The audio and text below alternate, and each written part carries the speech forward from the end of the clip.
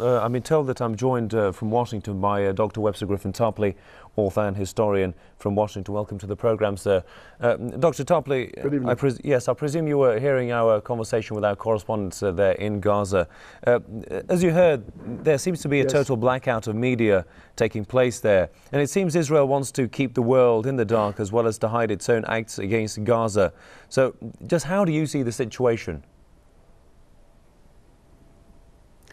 Well, the Israeli actions, of course, are barbaric, and they are an insult to civilized humanity, and they deserve condemnation from all, as well as concrete measures to make this kind of adventure less likely. It seems clear to me that we're dealing with a desperate demagogue in the shape of Netanyahu and his government, someone who feels that he's got to face an election on the 22nd of January, and he takes into this a pretty sorry record. His economic policies are an absolute disaster, and a lot of those go back to the time that he was finance minister. He's responsible for the rising poverty, sense of hopelessness in Israel, the privations, and so forth. And then his adventurous foreign policy, he bet on Mitt Romney. He thought that he could interfere in the U.S. elections, and that has exploded in his face. And it's not just that he didn't get his friend of 25 or 35 years, actually. He didn't get Mitt Romney into the White House, but he's lost some of his key friends. For example, the infamous neocon General David Petraeus has gone down, and other people who were profiled as warmongers and neocons in the U.S. military establishment are also now being ousted. They're being purged.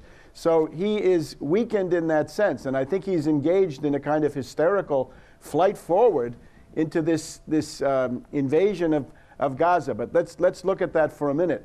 It is a futile as well as being barbaric and a war crime in the following sense. He starts with bombing. He starts with assassination. That leads to rockets being fired in retaliation. Then he goes for his air bombing campaign. That does not succeed. The missiles still come. The Iron Dome is not enough. And now he's on the verge of launching the ground invasion. And the ground invasion, if it starts, means an engagement of 2, 3, 4 weeks, extravagant casualties for the Israelis, lots of tanks blown up, I'm sure, lots of losses, and then eventually it will have to end. How does this end? Netanyahu doesn't seem to ask him those things. So this is a blind alley. I think any Israeli should be able to see this leads to no good for them, quite apart from the war crimes that they'd been committing. It seems to me that the immediate need right now would be the United States, Russia, European Union, and the regional powers, certainly Turkey, Iran, Egypt, and others if they're interested, maybe Iraq, maybe Jordan, any country of goodwill could get involved in calling for an immediate ceasefire and putting some force behind that. Not ceasefire if you want it, but we demand an immediate ceasefire, otherwise we'll consider that an unfriendly act. So put a stop to this and then get back on the track to some sort of negotiation. I would expect that as a result of this, Netanyahu could very well fall, and he might perhaps be replaced by somebody more reasonable. That's always an open question. But somehow this immediate killing would have to be stopped. And ultimately, you're going to have a political solution, and you're going to have a Marshall Plan for the entire region. We're told that Egypt is in a terrible economic condition. They're turning to the International Monetary Fund. That will not solve anything for Egypt. They need a Marshall Plan. Lebanon needs a Marshall Plan. Iraq, war-torn country, needs it. Palestine needs it. And even the Israelis are in very, very bad shape. So there's got to be some attempt to create a positive interest. Indeed. Well, we can stand by there, Doctor. Let's go back to our correspondent, Halal Safadi, in the Gaza Strip. Halal, if you can tell us more about where you are. The press agency building has been attacked by the Israeli forces.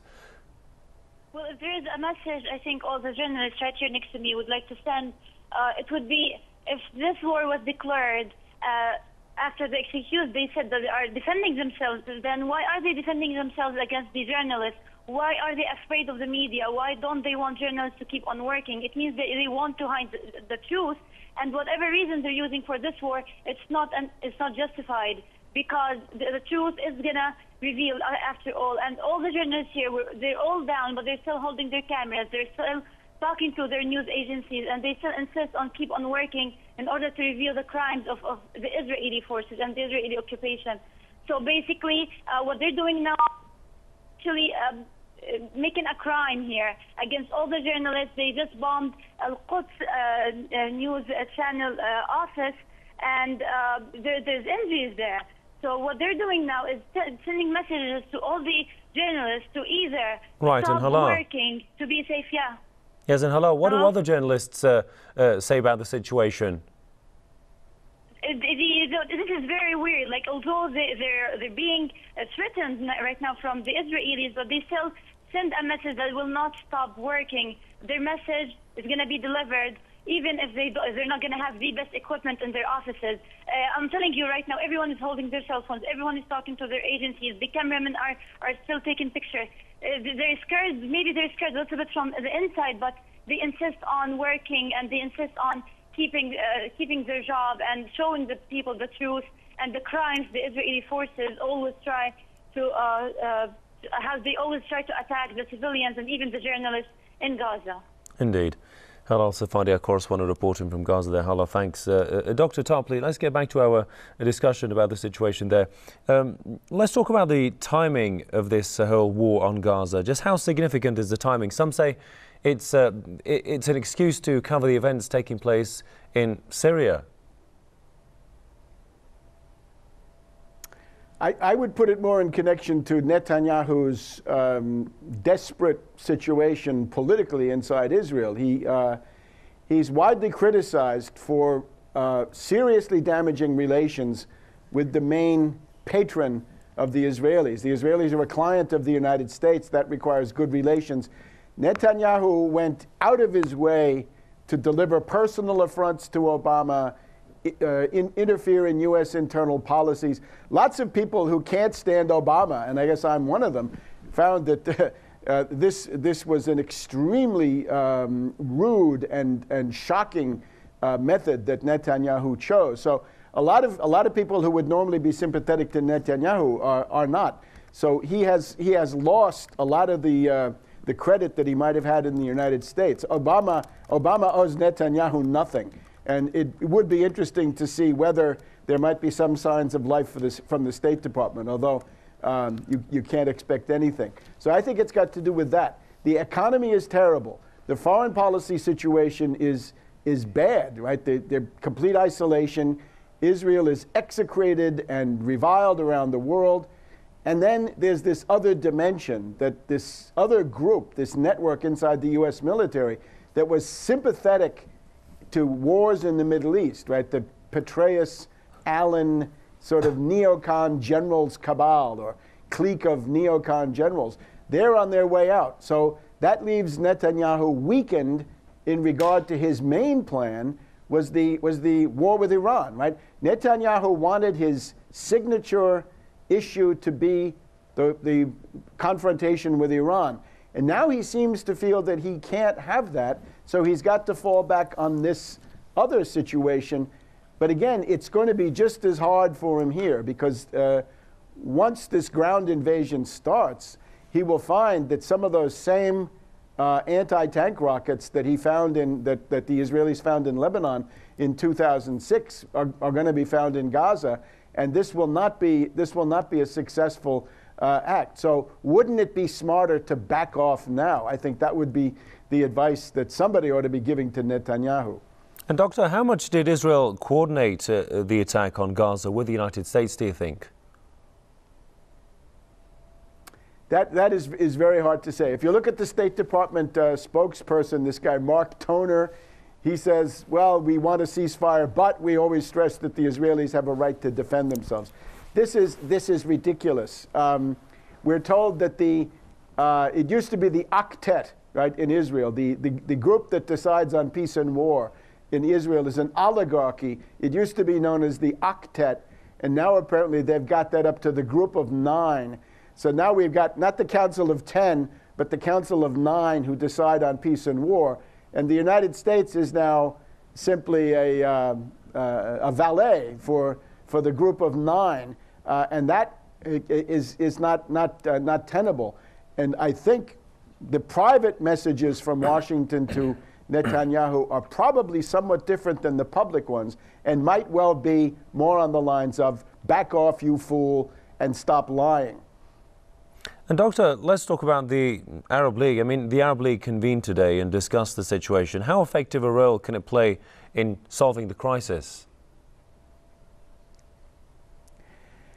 Well, the Arab League is in bad shape. The Arab League has come upon sorry times because of their role, above all, vis-a-vis Libya last year and vis-a-vis Syria this year. So I think they're pretty thoroughly discredited. It's good that they come out and condemn the attack on Gaza, but I'm afraid their moral authority is severely undermined. Well, the one country that would make a difference, of course, is Egypt, and the weakness of Egypt, as everybody says, is that Morsi is blackmailed by the International Monetary Fund. And some of us saw very early on that the problem for the new government in Egypt, the make it or break it test, would be once you start with the International Monetary Fund, you have lost your sovereignty. And in this case, they are finding that out. So there's got to be some other way. Not that one wants a big, wider war, because this wouldn't help anybody. But what would be possible is a much more vigorous position by Egypt in this question, and maybe taking the initiative as they've done on the ceasefire, but more now on this idea of an international ceasefire, and indeed an international conference after that. Indeed.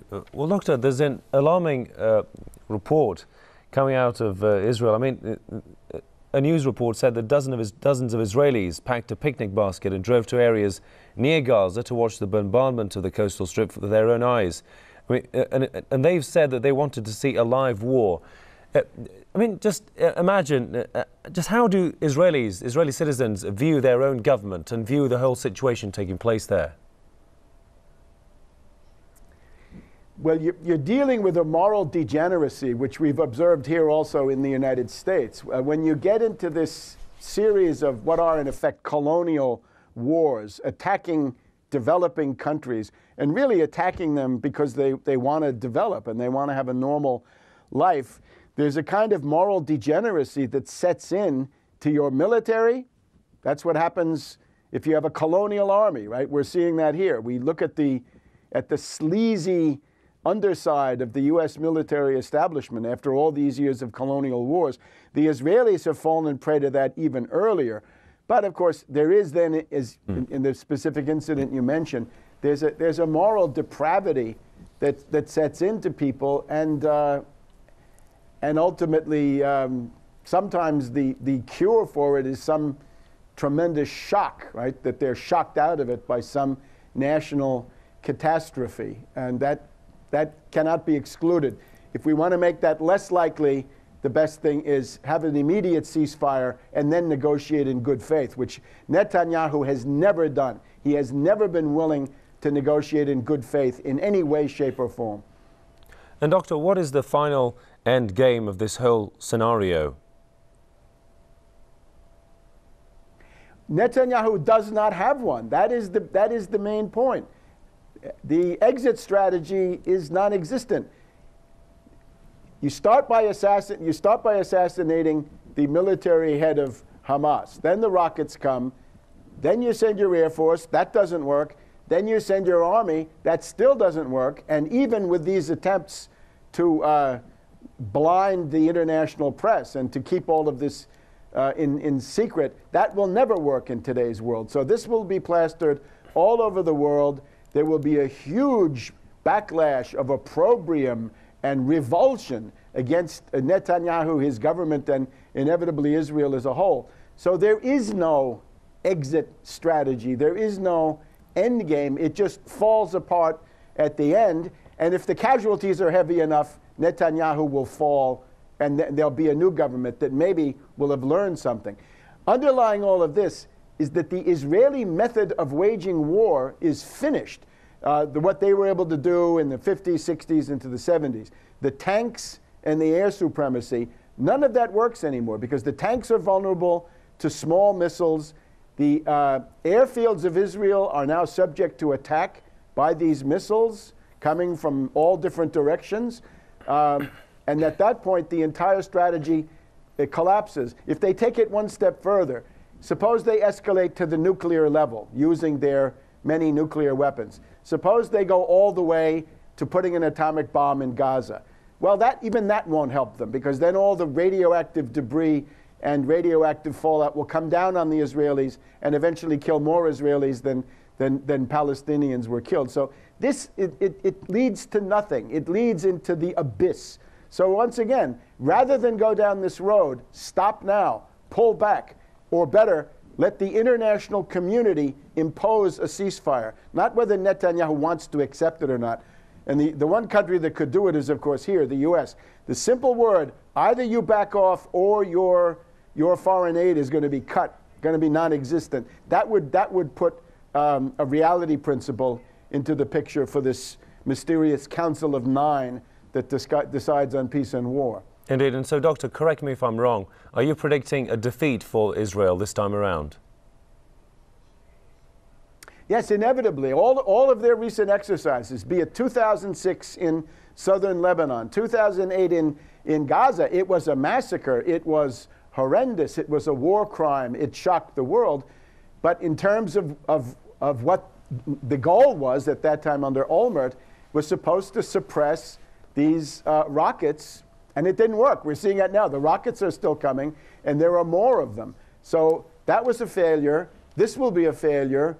And it may be that because the world is evolving and military technology is becoming slightly more equally distributed, it could be an even bigger failure. So yes, it's a guaranteed failure. It's already politically defeated before it starts. Militarily, it will be defeated too. And then the political backlash on Netanyahu, I hope, will end his career, if nothing else. Indeed. Interesting discussion there with Dr. Webster Griffin Tarpley, author and historian from Washington. Doctor, as always, thanks for your time and thoughts there.